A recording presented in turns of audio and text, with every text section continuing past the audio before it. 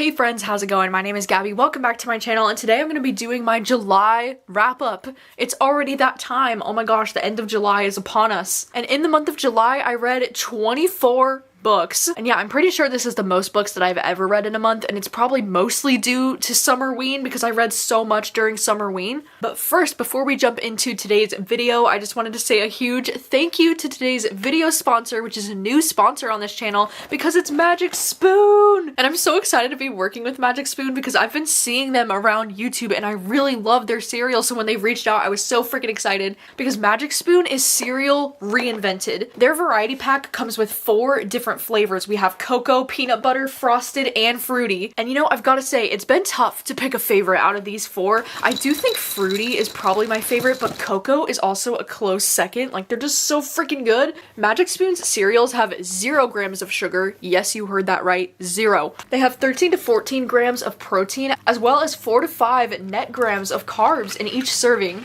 They also only have 140 calories per serving. So not only are they high in protein, but they're also keto friendly.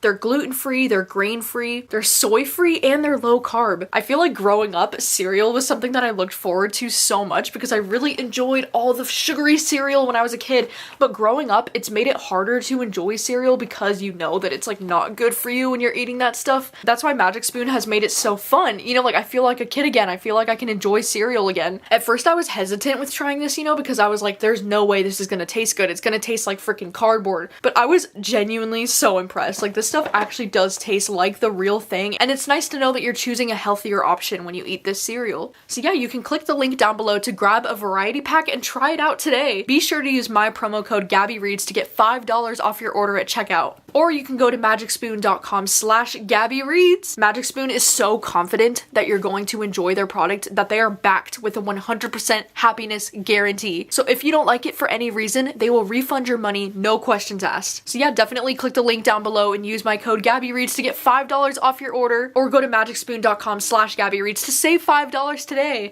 And thank you so much once again to Magic Spoon for sponsoring today's video. And now let's get into the books. In the month of July, as I mentioned, I read 24 books this month, but I also wanted to let you know that out of those 24, 6 of them were graphic novels, 4 of them were manga, 3 of them were novellas, and then 11 of them were full-length, regular novels. I was just reading all kinds of things this month, and I discovered so many new favorite things this month that was very exciting. My ratings for this month were also all over the place. I had 5 5-star books, 7 4-star books, 8 3-star books, and 3 2-star books. So again, all over the board, mixed bag. I did host the Summerween readathon this month. If you missed any of my vlogs, I was doing some daily vlogs, but it ended up only being 5 vlogs total out of the 7 days. I will have them all linked down below. That is a readathon that I love hosting so much every single year in July with my friend Olivia. It's just such a fun time. And then this month I also did a very experimental, fun Stranger Things reading vlog, and that video went up pretty early on in the month, so if you missed it, I'll also have that link down below. But I basically read books off of a list that was from Book Riot of like books that are similar to Stranger Things or give Stranger Things vibes. And so that was also another huge video I was working on this month, and I'm very proud with how that video turned out. I also, just at the very end of the month here, I just did my Patreon exclusive reading vlog for the month of July, which was Reading Upgrade by Blake Crouch. So if you want to see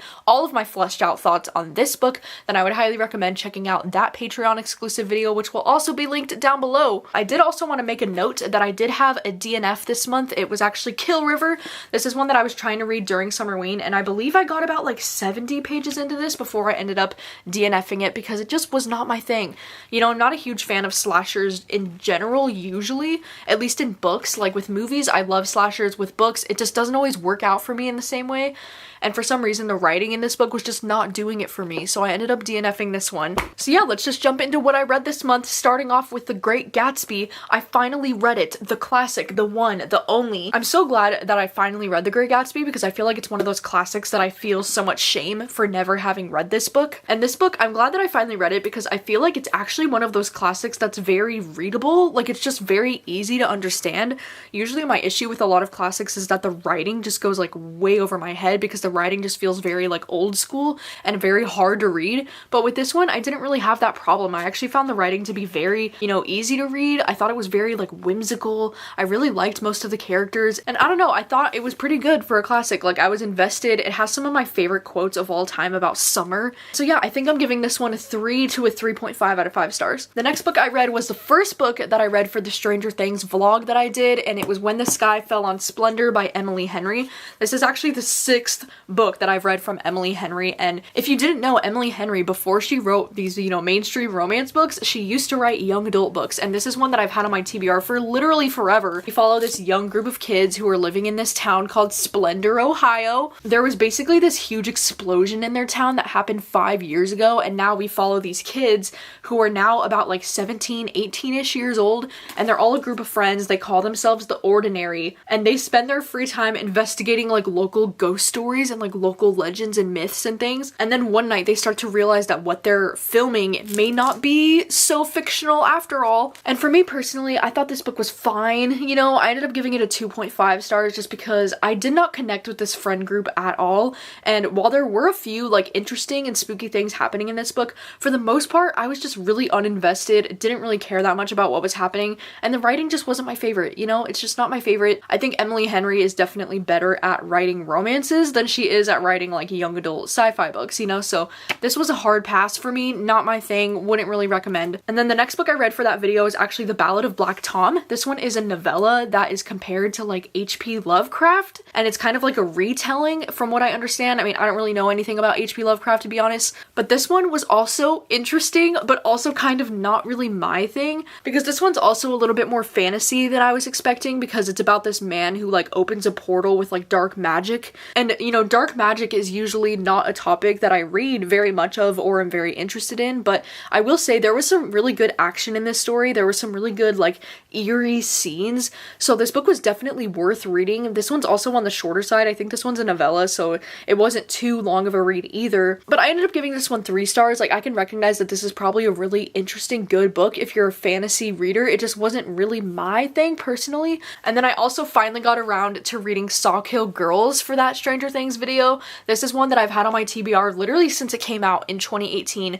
I bought this book the day it came out because I was so excited for it, and then it was just sitting on my shelves for years. And this one's really interesting because we follow these 3 teenage girls who all live on Sawkill Rock, which is like this island, and all of these girls are going missing on this island, and so there's this mystery to like what's going on. There's also these like creepy like sci-fi fantasy aspects of this story, and I feel like the more this book goes on, the more it starts to feel like Stranger Things, and the more I could see the similarities to Stranger Things coming into the story. Really liked the 3 teenage girls that we were following. I thought they were all so unique and individual, and also there was asexual representation in this book, which was something that I wasn't really expecting when I read it, because if you didn't know, I do identify as asexual, so it's so awesome to see rep like that in books, and I wasn't expecting it, and it was pretty good rep as well. The only aspect of this book I wasn't a huge fan of was the villain in this book. I just thought the villain was kind of like cheesy, and you know pretty early on like the villain and like kind of what's going on in the story, and I just wasn't the biggest fan of that aspect of the story. But otherwise, I thought it was a really fun, really like atmospheric story. I really loved the like island vibes, and there's so many scenes where they're like out in the woods. It was just really creepy, you know, really well done.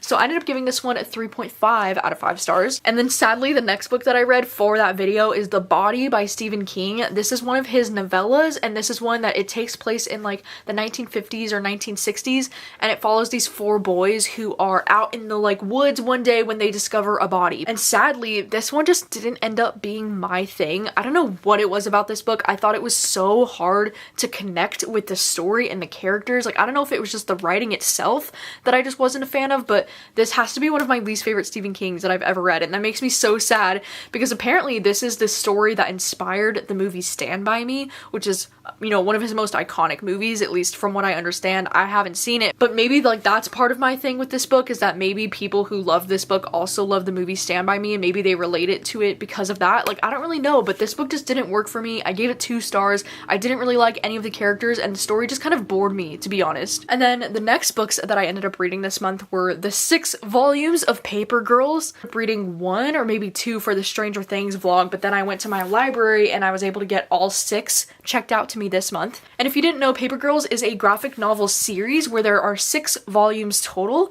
and it basically follows these girls that are living in the 1980s. They work as paper girls, which is basically like, you know, when they would wrap up the newspapers and like throw them, and they would ride their bikes. And it kind of feels exactly like Stranger Things vibes, because we have 80s vibes, we have kids on bikes, we we have a mysterious supernatural thing that's happening in their town that they're trying to figure out what's really going on. And this graphic novel series was such a joy to read this month. Oh my god, I had so much fun with these books. I love that it's a completed series so that after you read these 6 volumes, like that's like the full story, you've read them all. I feel like I definitely had my personal favorites throughout the series because the first volume I ended up giving 4 stars.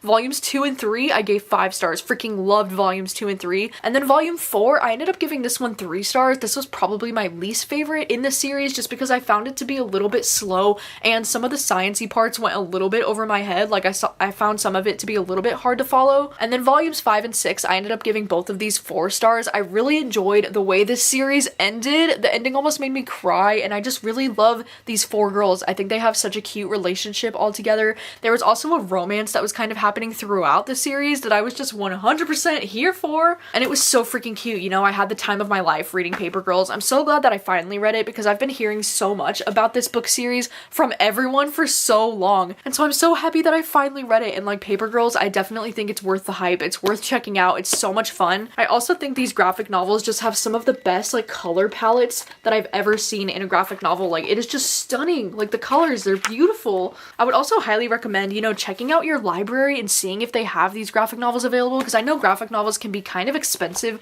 because they're such quick reads and they're the, you know, the price of like a normal book. But I think trying to get them from your library is a huge game changer. Like it just makes me want to consume and read all of the graphic novels ever. Next book that I ended up reading this month was 1,000 Miles by Bridget Morrissey, and this one's a romance that I've been really interested in reading because it follows these 2 characters named Dee and Ben, and they were best friends when they were in high school, and they ended up taking this road trip together when they were in high school to go and visit Ben's grandma, and they buried a time capsule in her backyard, and they always said they would like come back in 10 years to unbury this time capsule. And so now the time has passed, but they haven't really been in touch because of something that happened, so they haven't really been communicating as much. And now she has this hit podcast called Did I Forget to Tell You, where she kind of interviews family and friends and past lovers and things like that. But then this is about how they are reunited again after 10 years and they decide to take the road trip that they always said they would take back to Ben's grandma's house. This book was cute. You know, it was fine. It didn't really do a whole lot for me, at least not in the way that I expected it to. I will say though, if you are going to read this book, I would highly recommend checking it out on audio because the audiobook had an element of the podcast like included in the audiobook. So it was so cool because all the podcast bits in this book really felt like you were listening to a real podcast, which was really fun. And I really did like this main character, Dee. Like I liked her podcast. I liked her vibe. I liked everything about her character. But then that love interest, Ben, I don't know, he just didn't really do much for me. And so this romance ended up being pretty fine, but it was also really forgettable. Like honestly, a week after I'd finished this, I was like, oh yeah, I read that this month. The real bummer of this month was How to Fake It in Hollywood by Ava Wilder because this is one of my most anticipated romances of the year. I think I've said that like time and time again. And this one, sadly, I thought was pretty like meh, like not that great. I gave this one 2 stars and I feel like I'm the real unpopular opinion with this one because I feel like everyone that I'm seeing that's reading this is really loving it and I just don't see it for some reason. In this one, we're following this actress named Gray and she's like in her late 20s and so she has this life-changing role that's on the line, and so her publicist recommends that she gets into this, you know, fake dating thing to get some publicity, you know, to like get the ball rolling. And so she gets into this fake dating relationship with this guy named Ethan, who is an actor that is like, you know, known for being kind of controversial. He has this high-profile divorce and his struggles with drinking, and I thought this would be everything, you know, because it's fake dating and it involves, you know, actors, and like I love books that follow like behind the scenes of like the lives of actors. Like that's one of my favorite things. But for some reason with this book, I just didn't like it very much. Like I never really felt the chemistry between them. And I hated the idea that like, you know, Gray kept being like, she mentioned time and time again that she felt like she was too old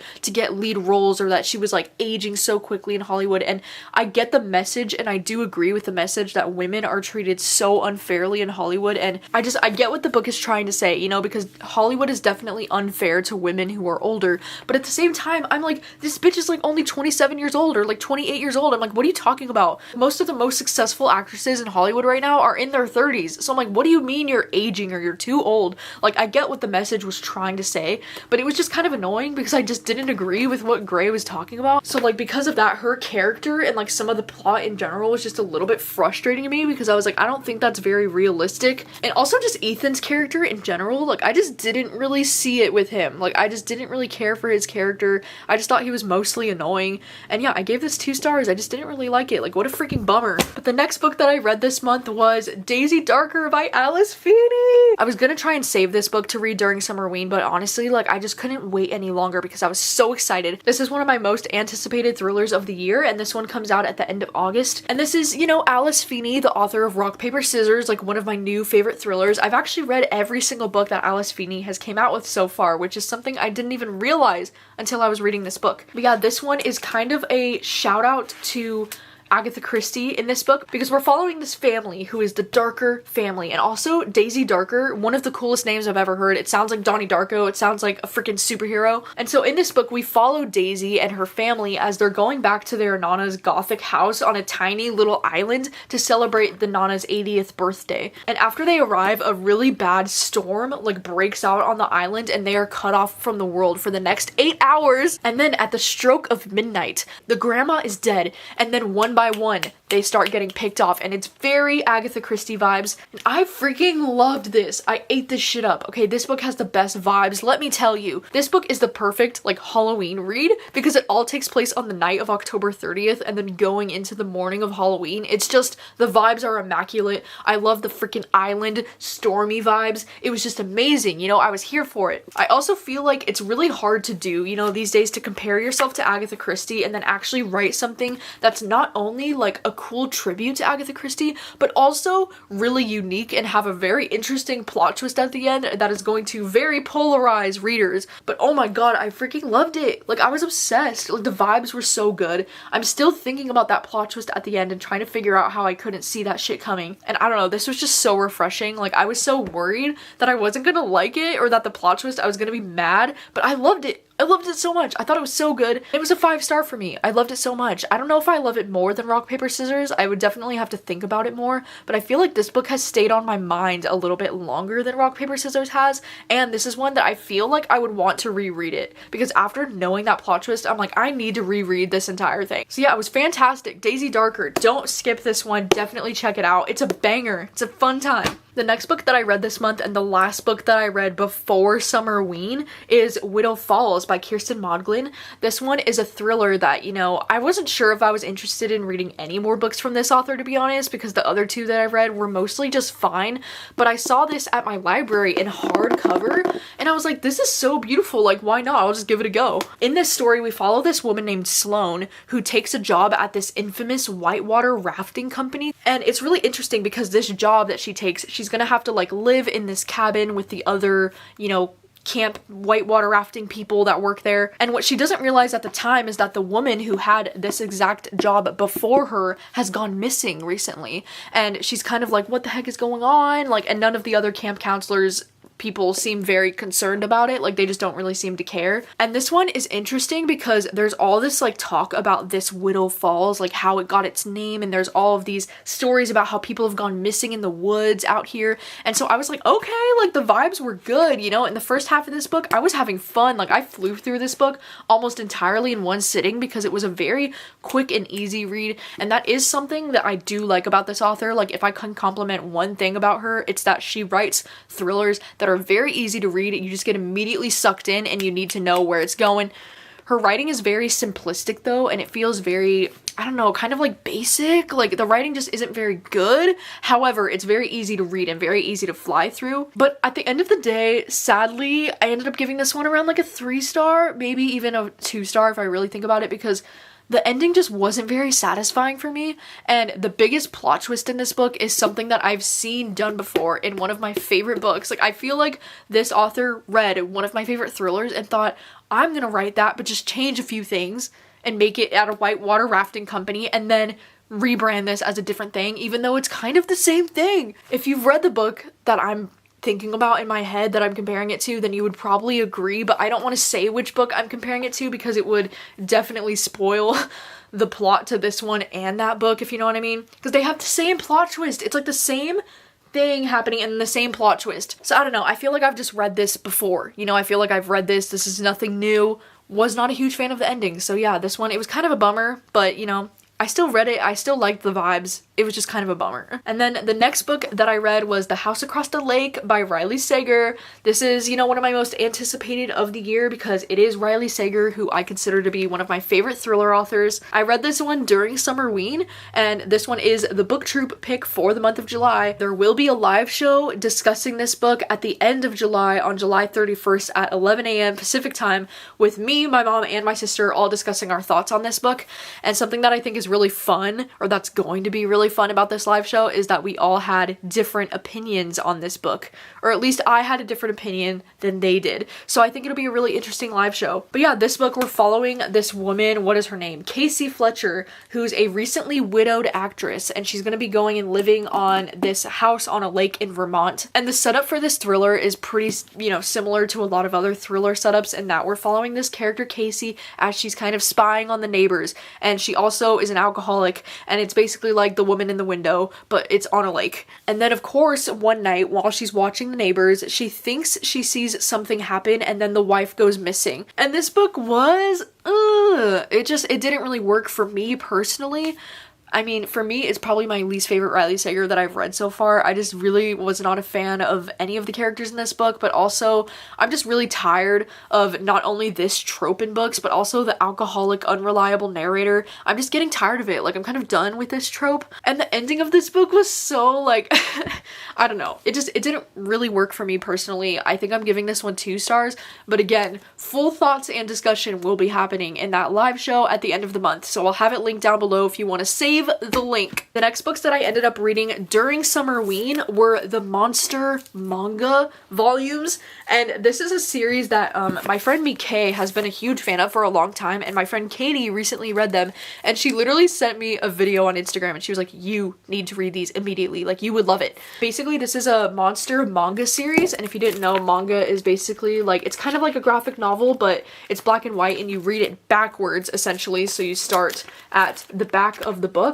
and you work your way backwards, because in Japan, you know, they read things from left to right. And so I read the first 3 volumes during Summerween, and this series is just so freaking good. And it's interesting because the only manga that I've read so far has been horror, and so it was really interesting to read something that's more on the thriller side. And this is a series where we're following this doctor in this book, and he is dealing with kind of like a moral dilemma, you know, because he is operating on different patients, and then the doctors, or like the head of the hospital people, will come in and they'll be like, hey, you need to stop what you're doing and go operate on this other very important person who just came in right now.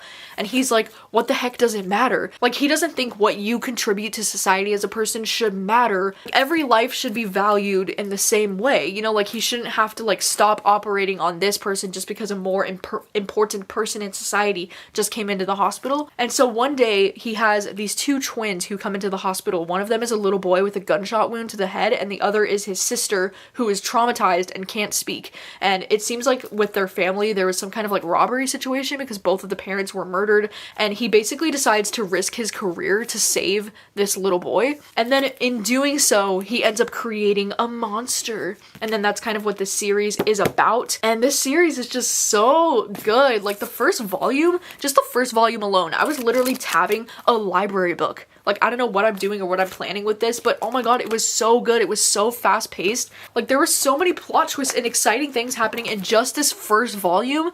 I was freaking shook, and so I immediately read the next 2. This first one was easily a 5-star for me. Like, I absolutely loved the first volume of Monster, and then these next 2 were probably like 4 stars for me. But regardless, I freaking love this series. I'm obsessed. I just got volumes 4, 5, and 6 checked out from my library yesterday because I'm like, I'm continuing with this series and I'm loving it so much. So like Monster, have you read it? It's super worth the hype. It's amazing. The next book that I ended up reading this month was Fever Dream. This is one that I listened to on audio, and I listened to it all entirely in the dark for Summerween, which was such an experience. And this book, you know, it's marketed as a horror book, but I don't know if I would necessarily call this horror because it never really, I don't know, like this book is kind of one that's, it's hard to talk about what genre this is. It's hard to market this book. It's hard to even talk about this book because I think this book is so confusing. There's no real plot, and we're essentially just following this woman and this little boy who they're both in a hospital, but they're not mother and son, but they kind of have this like mother and son dynamic happening between them, and they tell each other stories, and that's essentially like the plot of this book. This book was really creepy to listen to in the dark. Like there were definitely some moments, you know, there was a lot of discussion about worms in this book that were very unsettling. Like anything to do with like worms and bugs is just very like ugh for me. So that aspect of the book definitely felt like horror. But for the most part, I spent most of this book just feeling very confused, and I was like, what the fuck is going on? Like half the time. And so I ended up giving this one 3 stars. It was fine, it's just not super memorable for me. And then I also ended up reading The Butterfly Garden by Dot Hutchinson during Summerween, finally. This is a thriller that I've been wanting to read for also literally years, like for so long, so I'm so glad that I finally got around to it. And in this book, we're following this girl named Maya who has recently gone through a really traumatic experience of living in this butterfly garden, and so we follow the story in 2 different timelines. So one of the timelines is when Maya is at the end of the story, you know, after she's survived this experience where 2 FBI agents are like interviewing her, and that's one of the point of views we get. And then we also get the point of view of Maya in the past when she got kind of involved with this whole butterfly garden and everything that happened to her. And I really liked the writing style of this book because I did like how we would jump back and forth between like the detectives would be like interviewing her, and then they would like let her tell her story, so we would go into a flashback of like Maya's story with what happened, but then we would get the detectives like interrupting in their point of view and being like, wait, like how did this happen? And like, I don't know, it was a really interesting writing style. I really liked that. I also really did like Maya as a protagonist. I thought she was just very smart, you know, very clever, and I just felt a lot for her as a character, and I really loved the relationship that she had with some of the other girls in this. And like essentially the butterfly garden is this creepy ass place where this man who calls himself the gardener, he like abducts these young girls and like takes them into his butterfly garden, and that's like essentially what's going on in the story. It's really creepy, really weird. I feel like this is one of those books though where you really have to like suspend your disbelief on a lot of different things, because there was just so many things where I was kind of like rolling my eyes or shaking my head being like, what are these girls doing? Or like, what's going on? Like, there's no way this would actually happen. Like, I don't know, maybe it would, but like, there was just so many times where I was like, wait, what? Like, no way. And then like the ending, I was like, wait, what? But for the most part, I had a really good time reading this because I thought it was really captivating, really interesting. It's like one of those books that's like a train wreck, but you can't look away from it. So I ended up giving this one 3.5 out of 5 stars. I can definitely see why a lot of people are really enjoying this book and talking about it a lot. And then the next manga that I ended up reading this month was Dissolving Classroom by Junji Ito. And I'm so excited to finally have read another Junji Ito because this author is quickly becoming a new favorite of mine because his artwork is just stunning. It's so creepy, it's so weird, but there's just something about it that really works for me. Like, his writing and his imagery just really gets under my skin. Like, his illustrations just disturb me so much. And in this story, we're following these 2 siblings who you can see here on the cover, and they're basically like going around the fucking world killing people left and right, because look at this shit. It's like people with like their brain just like melts out of their eyes and like they just turn into like a fucking puddle of soup, and it's so disturbing, it's so gross, but it's also so fascinating and just like so creepy. I feel like the only issue that I had with this book is that it tends to get a little bit repetitive, you know, because each one of the chapters is like the siblings going to like different areas in the country or in the world, and kind of like the same thing starts happening again and again. But it was just really interesting to read. Like, I don't know, these siblings were so fascinating, so interesting, and so I ended up giving this one 4 stars. I just really love it. I love Junji Ito's writing so much. And then the last book that I read for Summerween was actually Aurora by David Koepp, and this is one that, you know, it's one of my most anticipated books of the year because it's like a sci-fi mystery thriller. It actually compares itself to, it says Under the Dome meets Project Hail Mary on the back, and Project Hail Mary was like my #1 book of last year, so I went into this with some pretty high expectations. And in this story, we're just just following this world where COVID has happened in this world, which is something that I thought added so much to the story for me because it made it feel even more realistic and more scary. Because shortly after, you know, COVID has been a thing for a few years, this world, they experienced this like solar flare that kind of knocks out the power for most of the world. Like, so we don't have any power and electricity, and it almost feels like the beginning of the apocalypse or something, you know, like the beginning of the end. This story, like, I think this was such a cool concept, but the execution of it just wasn't my favorite. And I don't know, I personally never really felt connected to any of these characters, and the writing just felt very clinical at times, and like I just wanted to be more like emotionally involved in the story than I was, but it felt like it was written in like just a very clinical, like detached kind of writing style. So this one ended up being a 3-star for me because it was fine, it was interesting, like I still wanted to finish it all within one day because I wanted to know where it was going, but I also didn't find the ending to be super satisfying. So yeah, it was a 3-star for me. And then the last thing that I read this month was Upgrade by Blake Crouch, which, you know, as I mentioned earlier, this is a sci-fi thriller novel that was one of my most anticipated books of the year because I freaking love Blake Crouch. I love him so much. He's the same author as Dark Matter and Recursion, which are two of my favorite sci-fi books that I've ever read. And so I went into this one with some pretty high expectations as well, and as you can tell from all the fucking tabs, I absolutely loved it. In this one, we're following this guy named Logan who is, you know, he works for the GPA, which is like something to do with like genetics and like genetic editing. And this universe is just so cool because the idea of being able to edit your own genetics is just wildly fascinating to me, like what the heck. And so he gets sent to this location by this guy to like go and check it out, and then while he's there he gets literally like stabbed, like something falls from like the fucking sky, like I don't even know. He gets stabbed by something, and after it goes into his system they realize that it might be some kind of virus that might affect his DNA. He starts to notice all of these different changes to like his brain and his body, and he realizes that his own genes and his DNA got hacked. And then this story just really takes off from there. It honestly kind of feels like a superhero origin story to me, and it just made it so much fun. Like I just had such a good time reading this book. And you know, like I said, I do have an entire reading vlog dedicated to my experience with this book. I also went over a little bit like how I annotated it in the video and different things like that. So if you'd like to see the video with my full thoughts on it, I'll have the link down below for my Patreon exclusive reading vlog. But this was just such a fun time. Like honestly, probably one of my favorite books that I've read this year. I ended up giving this one 4.5 out of 5 stars just because I did have some issues with the ending of this book. I feel like most of the time with Blake Crouch, I love like 95% of the book, and then the ending just starts to lose me a little bit. And I felt the same with this one, sadly. Like the ending I felt like could have been a little bit better, but even still, period, I just love this book so much. It's definitely a new favorite of the year. It's definitely one that I'm not going to be able to stop thinking about anytime soon. Alright, so those are all the books that I read in the month of July. It's excessive, I know, it was a lot. I do think July is like the most reading I've ever had in a month. I think 24 books is probably the most I've ever done. I hope July went well for you. You know, let me know, how many books did you read in the month of July? What was the best book? What was the worst book? Give me the tea. Have you read any of these books that I mentioned in this video? And if you have, let me know what you think of these books. Thank you so much for watching as always, and I will see you very soon with another video. Bye.